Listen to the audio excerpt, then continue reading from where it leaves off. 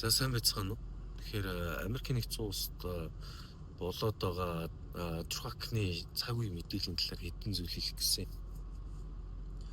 За тэгэхээр Трампын засгийн газар бол гадны тракны жолооч иргэдэг бол энэ тракны салбараас бол гаргахаар одоо зэгч байгаа. Тэгэхээр Монгол болон гадны өөр улсын жолооч нар бол трак барих ер нь ирэхгүй болж байгаа гэсэн үг. За ямар тохиолдолд трак барих хэрэгтэй юм бэ болсон бэ гэхээр ажлын хөдөлмөрийн болон H2A, H2B, E2 гэх мэтлэн визүүдтэй тохиолдолд мужуудынх нь хуулиараа зохицуулалтаа хийгээд за CDL үнэлэх шинээр авах боломжтой болж байгаа. За тэгэхээр дөнгөж шинээр Монголоос ирсэн тракны бизнес рүү орох гэж байгаа хүмүүс бол одоо ямар ч боломжгүй болсон. Гэхдээ хууль ёсны буюу за Америкийн нэгдсэн улсын иргэн байж болно. За тэр миний саяны хэлсэнчлэн H2A, H2B, E2 гэх хөдөлмөрийн зохицуулалттай визийн статустай бол CDL үнэлэх авах боломжтой. Гэхдээ тодорхой хугацаанд ажиллах ирэх болон визний паспортын хүчтэй хугацаа гэх мэт зүйл заалтуудаас нэмэгдэж орсон байна.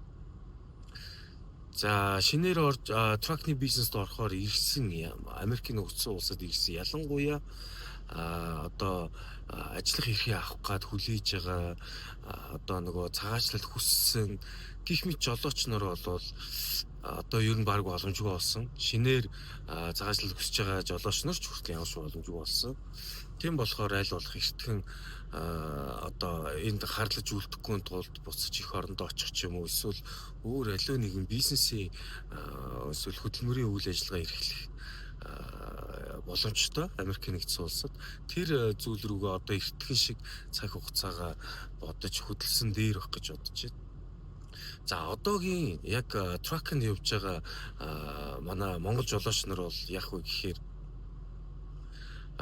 одоогийн байдлаар эхний ээлжиндээ хүчинтэй байгаа одоо жолооны үнэлэх болон ажиллах эрхийн хугацаа хүчинтэй байгаа монгол жолооч нар бол төрхөндөө жоохон прогноз хийгээд хараа дажаад байжсэн дээр за мөн дээрээс нь хугацаанд дуусж байгаа хүмүүс бол дахиж шинээр үнэлэхээ сунгаж авах боломжгүй болсон байна.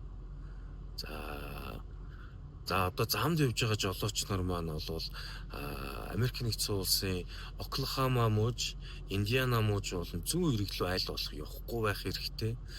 Мөн дээрээс нь Америкийн нэгдсэн улсын хил дагуух мужуудаар бас явахгүй байх хэрэгтэй. Ялангуяа Interstate хурдны замын 10, 20, 40 гэсэн одоо замууд байгаа, хөндлөн замууд байдаг.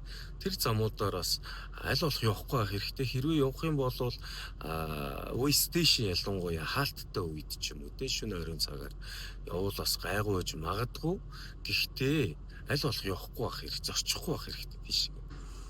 Тэндээс нь нөгөө хил дагуух постууд дээр бол нөгөө ICE гарцсан, immigration гарцсан та одоо тэгээд баригдахыг бол үгүйсэхгүй хичнээн хууль ёсны байлаач хичнээн хууль бус байлаач одоо тэгээд нүдэнд харагдсан Аз цайраа болон тий бусад гадны цагаач гих одоо зүсийг харсан хүмүүс бол шууд барьж авч явах шиг байлээ. Тэгж ажиглагдж байна, сонсогдож байна, харагдаж байна. Тийм болохоор бас анхааралтай байх хэрэгтэй. За тэгээд бусад зүйл одоо удахгүй мужуудаараа өөрсдийнхөө одоо мужийнхаа хуулиндаа нэмэлт өөрчлөлтүүдийг оруулаад шийдэгдэх болно. Одоогоор Америкийн нэгдсэн улсын бүх мужуудаар тээврийнх нь яамнаас хяналт аудит орсон байгаа. Тэгээд ер нь бол тракны салбар бол маш хэцүү боллоо.